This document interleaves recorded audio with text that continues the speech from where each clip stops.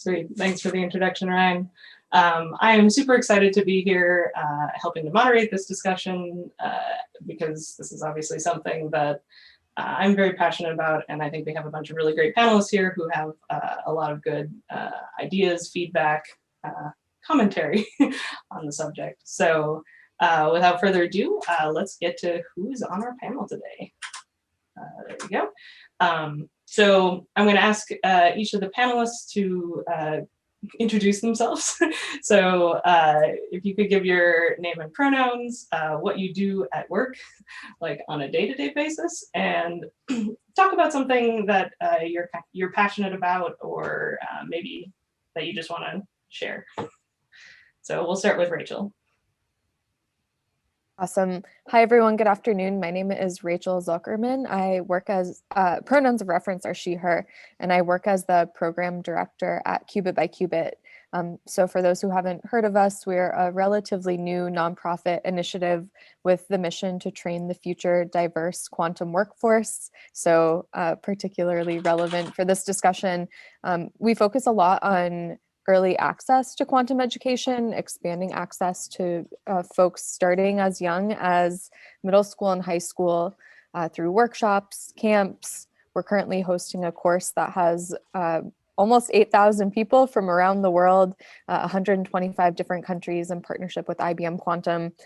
So day-to-day of my job is wearing a lot of different hats, but working with our academic team, especially to build out new programs, do fundraising and partnership development so we can make our programs free or low cost to students who participate. And then, yeah, a lot of outreach too. So I look forward to coming back to outreach and just kind of what that looks like to bring new people into this space to ensure the future is diverse and inclusive. Sweet. Anything I missed, Sarah? Oh, I mean, I would guess Qubit by Qubit is kind of your exciting big project. And I dropped a link about it in chat. So yeah, let's go to Chris. Hi, I'm Dr. Chris Grenade. My pronouns are they, them, and my day-to-day work is on the libraries, standard and domain-specific libraries for Q# and the Quantum Development Kit. On any given day, you can find me either working on stuff online on GitHub, or, you know, if the weather's nice, on the waters kayaking around Lake Union here in Seattle.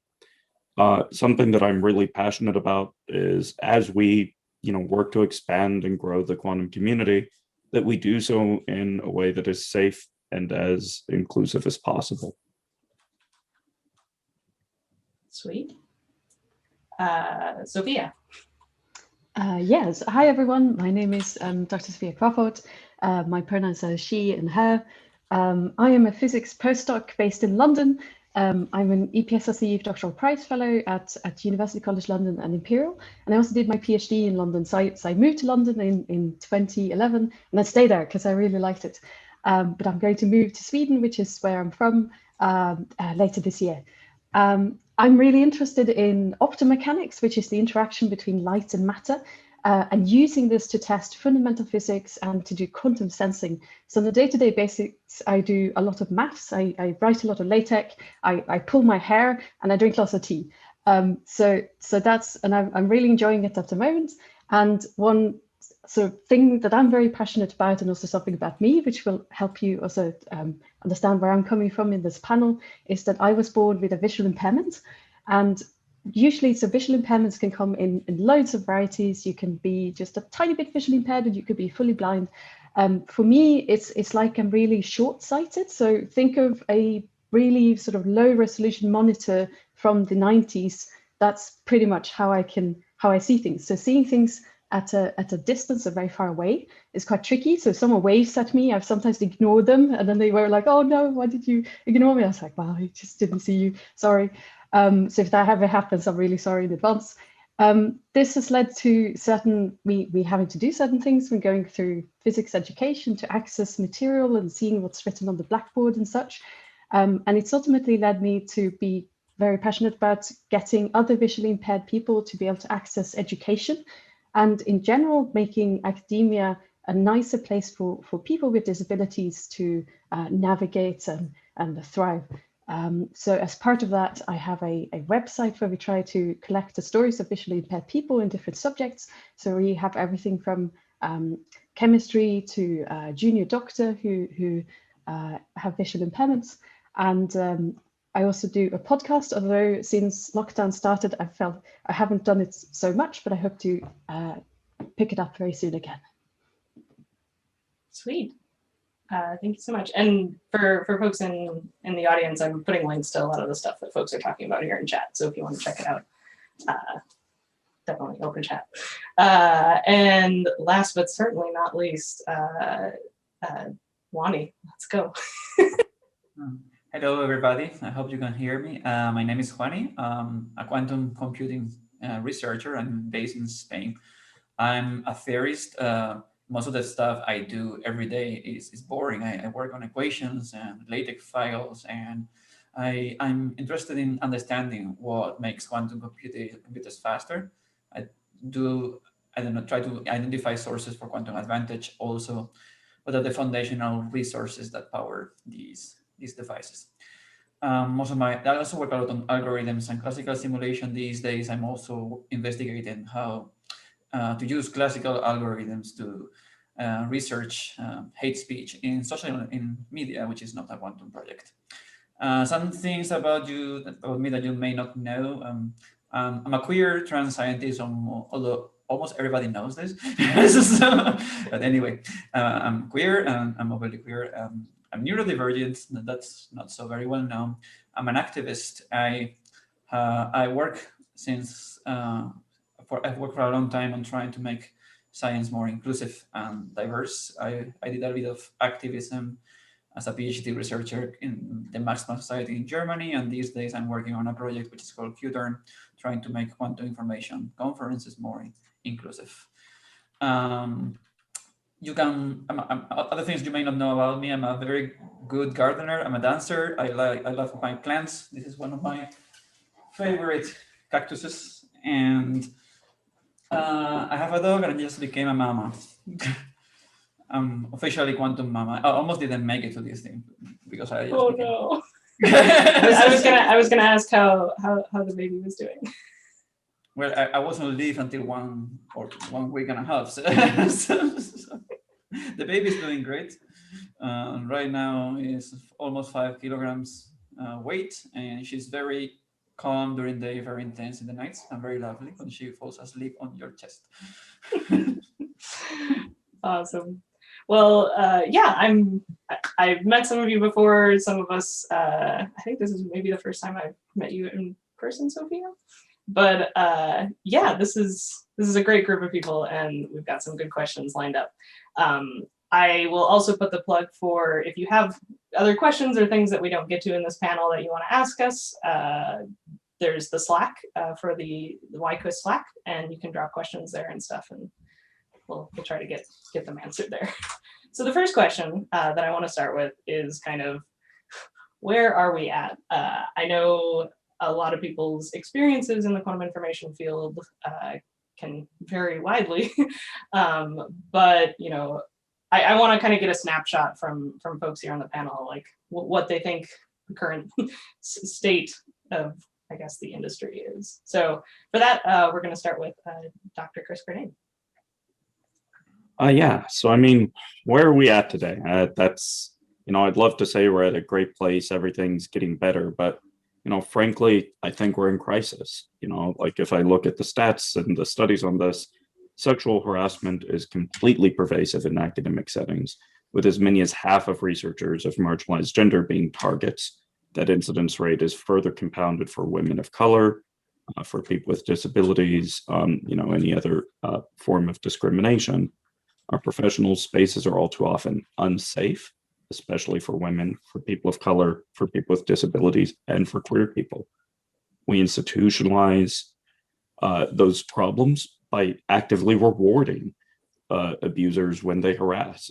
You know, and the link Sarah shared has some really interesting evidence along those lines. We institutionalize by evaluating researchers' careers in really biased ways, and by hosting events that are biased towards those in the community who are already the most privileged. What strikes me as really notable about all this is how much this really parallels the history of classical computing and other areas of STEM. If I think about the history of classical computing, it's really impossible to tell an honest history of the field that doesn't start by mentioning the achievements of women, of people of color. I think back to, the article, The Computer Girls in 1967 Cosmopolitan magazine, and then the shift from those same women being looked over by businesses, by managers looking to expand and adopt computing. They didn't look at the people who were already there doing it. They didn't look at the community that was doing this amazing work in computing. And I feel like we're at a similar point now in quantum, where a lot of conferences and conventions, by and large, look to white men for their keynotes, for their panels, their talks, and so forth. And they present a public perception of quantum computing that's framed entirely within the advances made by, those straight white men, to the exclusion of all other advances. So I think as far as where we're at today, I see that crisis as a turning point. We're at a point where we can really decide if we want to follow that history that classical computing went down, and institutionalize that oppression and that discrimination and how we build our professional spaces, or if we really want to do the work as a community to build something more inclusive instead. Thanks. Is there any other panelists that want to comment on that or add to? I really think it was fantastic. I would add that also this intersects with a labor market where the labor conditions are almost never secure, which is highly competitive, which is academia, research jobs, and research type jobs in industry, which doesn't help with what Chris said. And we've often seen that, differences like the privilege in scenarios where people are forced to compete very fiercely, and there is unsafe environments and poor labor laws, the people who are marginalized tend to disappear more often from the field. Yeah. Oh, absolutely. I'd just like to tack on to that I think, especially in academia, a lot of the problems that we see for marginalized groups arise exactly what Juani said, from these conditions of having extremely competitive short-term contracts, such that if you have anything that requires more time, which if you look at a lot of disabilities, it's incredibly diverse, but what they all have in common is that everything takes more time. You have to plan, you have to ask people to make things accessible, you have to maybe plan out for your own energy to be invested into various things, and chart out where you can actually have time to focus your efforts. And anything that keeps you away from being the 100% productive all of the time, publish, is going to count against you in this super competitive environment. And that's where you lose people who don't have the prerequisites or the privilege or the condition, the environment that allows them to perform at that level. And so throughout, I think there's a lot of structural problems that we need to solve if we want to create a better environment throughout.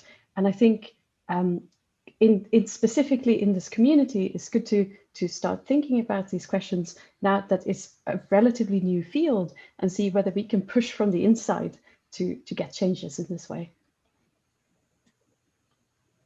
I'll just jump in. Yeah, sorry, I'll jump in with kind of stepping away from academia for a minute. And I think it's important when you're thinking about diversifying spaces, kind of reflecting on why they look how they do today. And one of the pieces that we think a lot about at Qubit by Qubit is just access points and entry points. And I, as someone who doesn't come from quantum computing, I'm relatively new to the space. One of my favorite questions to ask people is like, how did you get your start? What is your quantum story? Because I think it's often really revealing and interesting to think about the windy paths that get people to pursuing a career in the field. But I think as we think about where we're at today, there are not enough pathways into quantum computing, and they're often gate-kept, and either it's academically quite rigorous, so unless you've gone down a particular STEM path, it's not really within reach, or opportunities are available at elite institutions that aren't accessible to folks from all backgrounds. So I just think that's a really important question, and thinking about how we make the first steps into the field more welcoming will create or more diverse talent pools down the line. Yeah, that kind of initial onboarding experience can have, whether it's entry into an academic field or even just using an app on your phone, that first impression, that first experience you have can be really impactful, either for the good or for bad. Sweet. So maybe we can start talking about kind of the next question that we have, which is talking about local versus global, not phase, but diversity and sort of equity challenges. So the question to kind of maybe add a little bit more to that, let's see, how many of these issues that we run into, whether it's microaggressions, gatekeeping, things like that, do you feel like are at personal levels? So like as an individuals in the field or individual institutions, or are they systemic? And how do these challenges, how do these effects kind of vary across the different groups that they can impact? A lot of the discussion, I think, around DEI things it usually centers gender, but that is not by far the only group that is impacted by this. And so, either from personal experience or things that you've observed, how do you see that kind of being different for different groups? And for this one, we're going to start with Wani. So the question is whether the barriers are more local or more global. Mm-hmm. And there were many things to ask about. Starting with harassment, it's a clear example to me of a global issue versus a local issue, although it looks like an also local issue very often, because locally, normally there is a local person harassing you locally, but it's a community issue because it's how people around you react to harassing behaviors or abusive behaviors, what determines you, what is going to happen to you most. Like, if bystanders, if these people around you spot abusive behaviors and they call them out and they do things to change them, normally these behaviors stop quite quickly. When the problem with harassment is, for example, people who are having an abusive conduct and it's impossible to move them from their jobs. Very typically, for example, in university jobs, they're completely and sometimes protected by the university, but it doesn't really have to be just in university. It's a pervasive problem in science. And it's another thing that is a global issue, and it's very clear, is that, like the gender gaps, the problem, the privileges that we have, that we see among, the barriers that people of color observe, or transgender people, or queer people, or women, they do not depend on the field of science and technology, or the university, or the research place, because we observe normally that the number of people from minorities that we see in a field decreases with age. So there is always more people starting, and as they become more senior, they tend to leave, especially in universities. But I think these two pieces of data point out that these are very huge community, society, structural issues, and they need a lot of work on the community itself to change them. And also on labor rights, of course. Yes. Laws really help.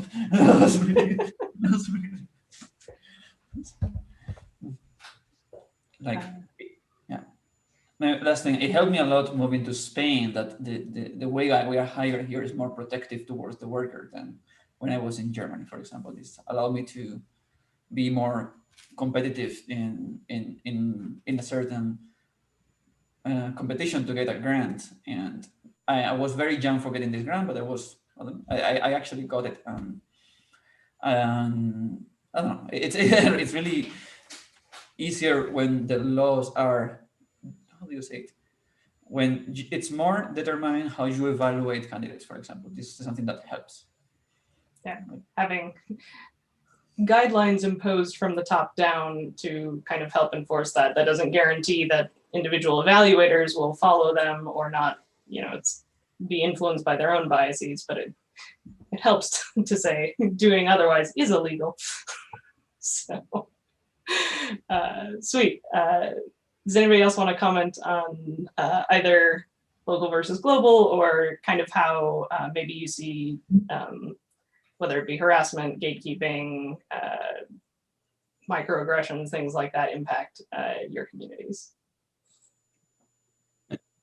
Yeah, I wanted to, strongly agree that harassment really is a great example of a global issue, despite how local it can appear. I really agree with that. And that's something, borne out by some of the research that, Sarah left in the chat as well, that you get dynamics. I think Dr. Clancy refers to as like move the harasser, right? But there's also economic incentives for abusers to do that. And that together means we're not, if we focus on the individual examples, we're missing sort of the policy that drives those, and that's the real global challenge, right? And I think that, we can see that in other areas of policy as well. So if I take, for instance, the example of evaluating candidates, we have great data to show that in astrophysics, women are cited on average 10% less than men, or rather papers that have at least one woman in the author list are cited on average 10% less, controlling for seniority, controlling for institution, controlling for subject area. So if you're looking at candidates and saying, hey, this candidate got cited a lot, that's great. You've now imported that bias metric into your policy, and that really undermines any other sort of inclusion work you might have at that stage. So I think in both of those cases, we're seeing where the way we form policy can take things that feel local and really make them global challenges. I'd like to to follow on the comments about policy, and also to contrast them to as we said before, so individual choices and decisions and how people behave. So for anyone with a disability accessing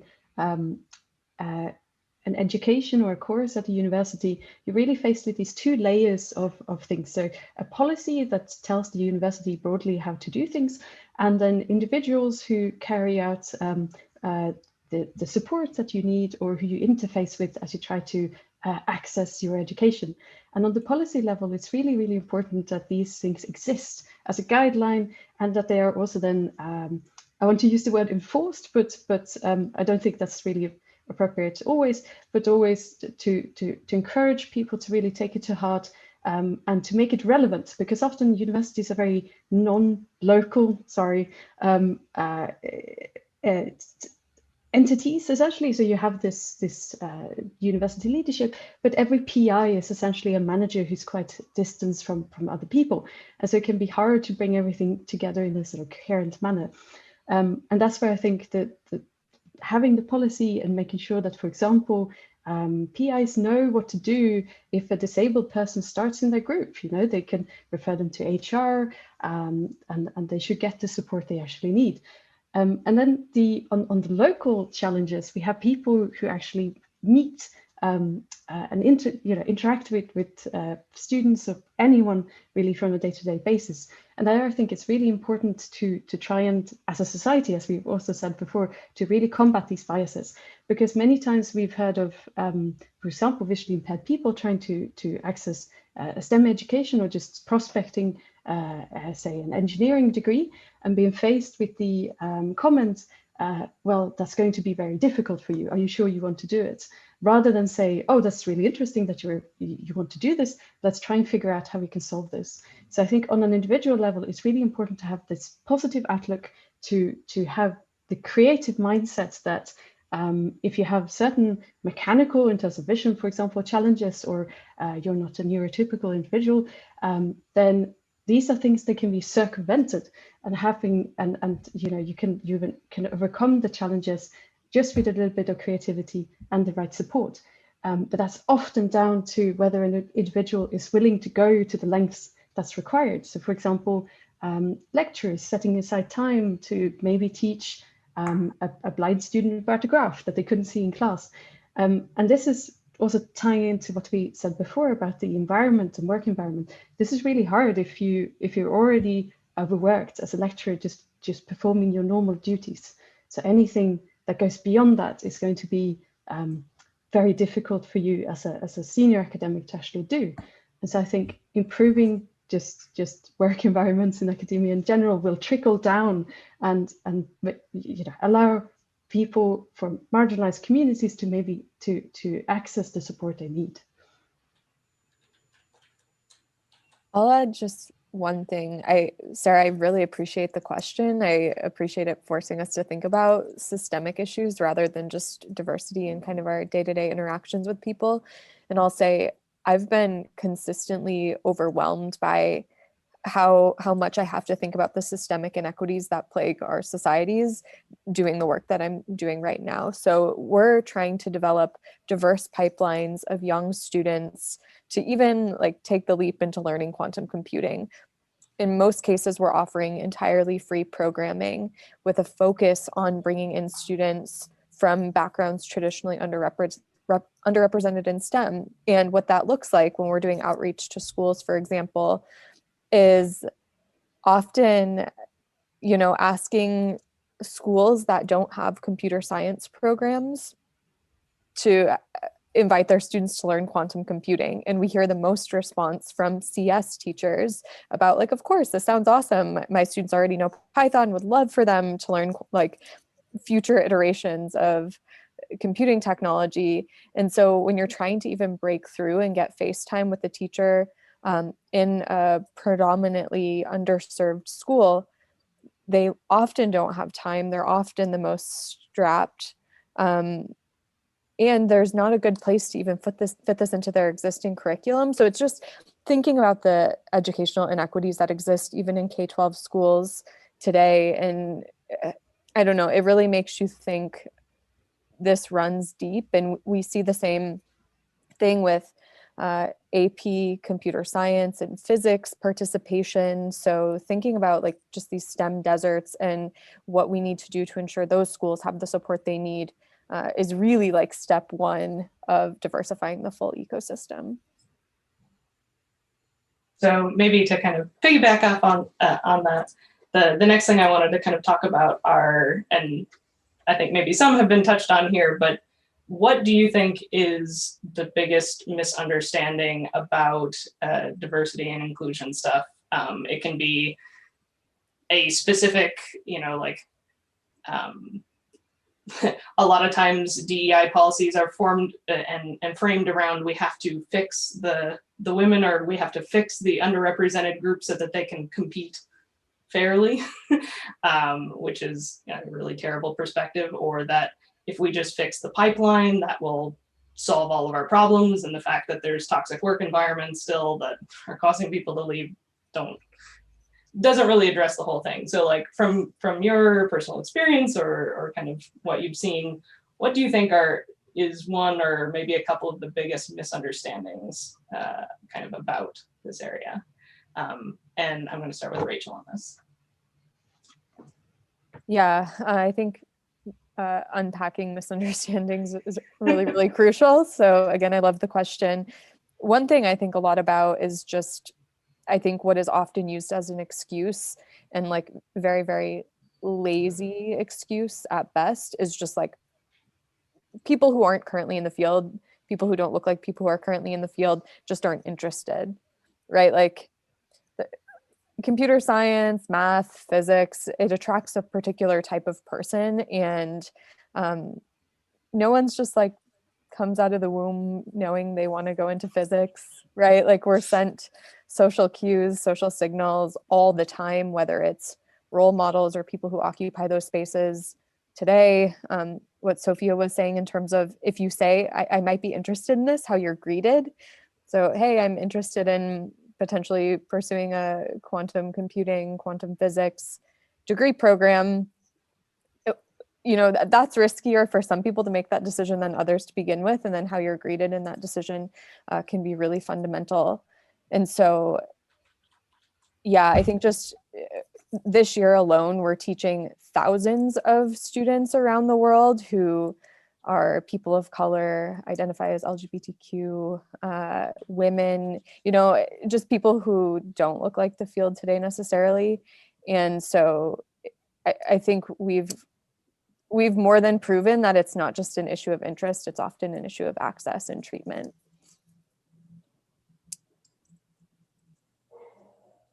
I absolutely agree. I think Okay, that was super.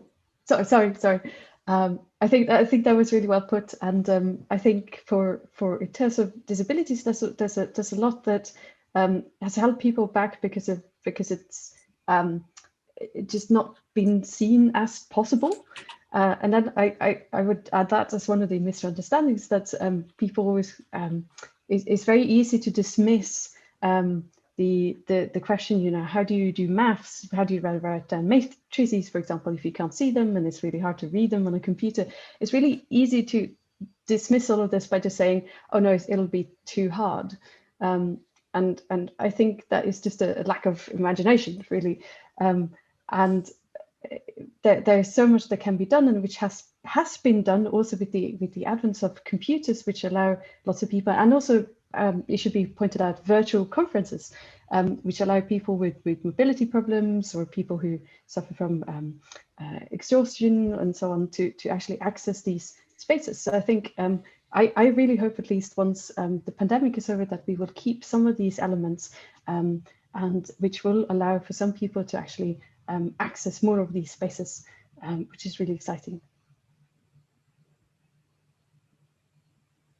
Yeah, and it seems like, you know, when we view things as too hard, often the people who are willing to put the effort in are the people who generally it impacts the most.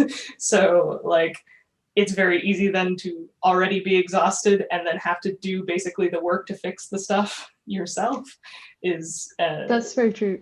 Is really hard.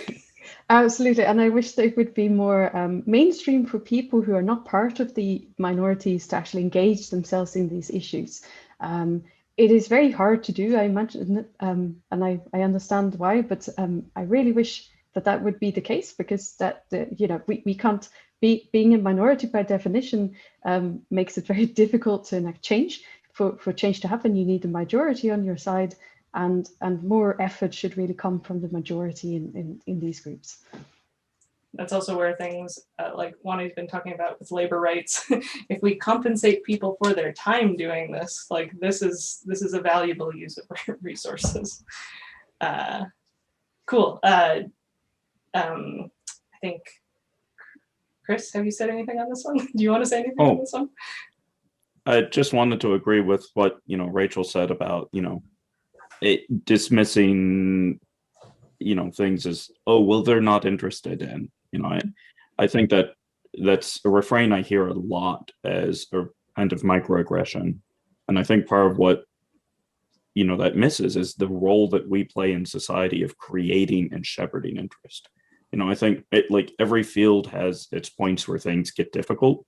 I'm not going to admit publicly exactly how long I was confused by pointers in C++. You know, but when you hit those points, are you encouraged? Are you told, oh, this is hard? And do you think back to those kinds of messages of, oh, it's hard. Are you sure you want to do this? You know, and I think of how much we talk about quantum in terms of it being strange and weird and no one can understand it, and how much that works to really quash interest when, you know, people think back to the messages they've heard of, are you sure you want to be doing this? You know, rather than those reinforcing messages that people in positions of relative privilege may have heard instead, you know. Yeah. Wani? Well, there are lots of misunderstandings, so I'm having trouble to pick my favorite misunderstandings or the ones I hate. Actually, I'm very annoyed by this one, that sometimes people believe that diversity and inclusion activists are trying to get benefits from themselves, when most often we are survivors of things that happened to us in the past, and we don't want people to go through the same experiences. And they think it's about making more diversity when it's more about finding why there is no diversity. Like, we don't want to make 50% women, 50% men, or maybe also 10% non-binary people, but we want to fix the problems why these people left. Like if you are hosting a party in your house and suddenly all the queer people leave, and then all of the people of color leave, and then all of the women leave. Come on, there is something wrong in your party, right? It's like there is something you have to fix it. It's just that we're trying to make the world better. Like people often in a position of privilege, and actually I mean who perceive their positions are as positions of privilege, like for example, men.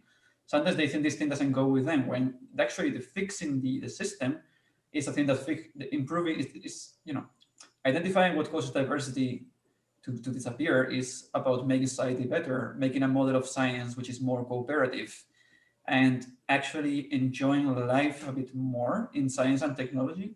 So there is a lot of men who are cisgender, white, heterosexual who are abused in science, or work on the weekends, or do not see their families because they have to submit a deadline at 1 o'clock in the morning. And there are all of these things that really need to be improved. And it annoys me that we scientists created a model of science to improve the world, and we created a model of science which makes our lives more miserable. So all of these things are what really I think a big misunderstanding is there. Like like science should be more cooperative and people should be treated more fairly. That overall. I know I spent a lot of time with my therapist trying to separate my own identity from my research and like academic presence, because so much of the academic system had convinced me I am my work, like my only value to society is producing papers. So if I can't do that, for some systemic reason, I'm a failure. So pro tip, don't believe that. You are a person who is valuable and independent of your research. Yeah, and also it's not proven that producing papers it produces more knowledge. Mm-hmm. And everybody knows that. It's an open secret that we all know, but because that's how funding and everything is gatekept, that's kind of what we have to perform to get the money to continue. Yeah, part of this hierarchy is made that way so that some companies make more money. Some universities pay lower wages. We all know that. So maybe quickly, because we're starting to run low on time. The last one I have for folks here is so obviously our audience is a bunch of young scientists in quantum information and stuff. What would be your top 1 or 2 sort of tips that they can take away and maybe implement in their institutions, in their groups, whatever space that they are in, that are kind of like nice actionable things. So we'll start with Sophia on this. Okay, so I'll keep it quite quick, and to say this is going to be a super tiny subset of things you could do. But what I wanted to highlight is that some of you are going to go on to become leaders in academia or industry. What we're not trained to do as postdocs is becoming good managers. Like, there's nothing that incentivizes becoming a good manager. Your papers, your research, anything that's not really pointing toward that at all. But I think the person who's going to be making a good difference in academia or in industry is someone who can understand what it means to lead a group and to create an environment where people in the group feel happy enough to disclose, for example, disabilities, but any other sort of pastoral aspects. So not feeling supported enough or not feeling like they belong. Being able to talk about those feelings is step 1, and then doing something about it step 2. So I think an ability to create this show vulnerability as a leader and encourage for people to actually reach out for these matters, I think is super important. So when they offer you these management classes, don't turn them down and say, oh, I don't have time for that, I need to focus on research. But actually look at what you can do to become someone who's good for others. I think that's the one thing, which is sadly not incentivized. And then I also have points about, push for policies, ask questions. Policies help us streamline towards better things, like the number of, us having diverse talks and such. And change should come from the top, is my view, in the sense that doing a PhD is really hard. You don't have that much energy, but really it should always come from the top, because that is easier. Pushing for that can be tricky. And here, maybe people disagree with this, but I do think that it really should be instigated from the top. And when we're not there yet, we can push for it. But once we get there, then remember that this is a bit of a duty to do this, I think. One. That's me. Mhm. Well, I think a good message, something that would have helped me earlier in my life is, to know that sometimes we get a lot of stress because we see things that we don't like in this model of science, that we see this inequality, and we get very stressed because it's so hard to change, but we tend to underestimate what we can change in long term versus short term. So people have the power to change their environments. So actually, being a bit stubborn will help you change your environment around you in the university or in your company, and to make it more welcoming. You can convince people to make your environments more welcoming and more inclusive. And people generally listen to requests that are fair. So don't be afraid of starting a discussion on something that you think is not so cool where you are working at. Join networks. Networks will help you a lot. Chris? Yeah, so if I could ask one thing, or suggest one thing, especially for the allies, listening today, it's moving from, oh, hey, that, I don't see that, therefore it doesn't happen, to, I don't see that, therefore I need to go think about why I might not see that, what privilege of mine might get in the way from seeing that, to really practice the active listening, to hear others' lived experiences about how they might have different experiences in our community and how that might affect them moving forward. Because we each have some degree of privilege that makes it hard to see different parts of how our community treats people and engages with people. Sweet. And maybe Rachel? Let's close it Yeah, I think what I had planned to say tracks with what everyone has already said, which maybe there's an important reason why it's a theme here. But like, regardless of the space you're in, look around, kind of take stock of what your environment is like. And I think ask hard questions about if it's quite homogenous, why? And think about whether it's, again, the entry points that led you to where you are today, or the culture shaping the environment that you're in. And like Chris said, think about, ask hard questions, and advocate for those who might not necessarily have the safety to have a voice. And also, just one piece, again, back to what we do at Qubit by Qubit, these are generational challenges as we think about representation. So think about the young people in your lives, and providing them the support that they need to embark on this really exciting, many years long journey. Makes sense. Well, thank you so much, everybody, for all of your amazing input, feedback, and experience. I know from personal experience that it does take a lot to do stuff like this, so I really want to thank you for your time and emotional energy and basically having to reprocess potentially triggering things to have these discussions. But I think it is really important, so thank you.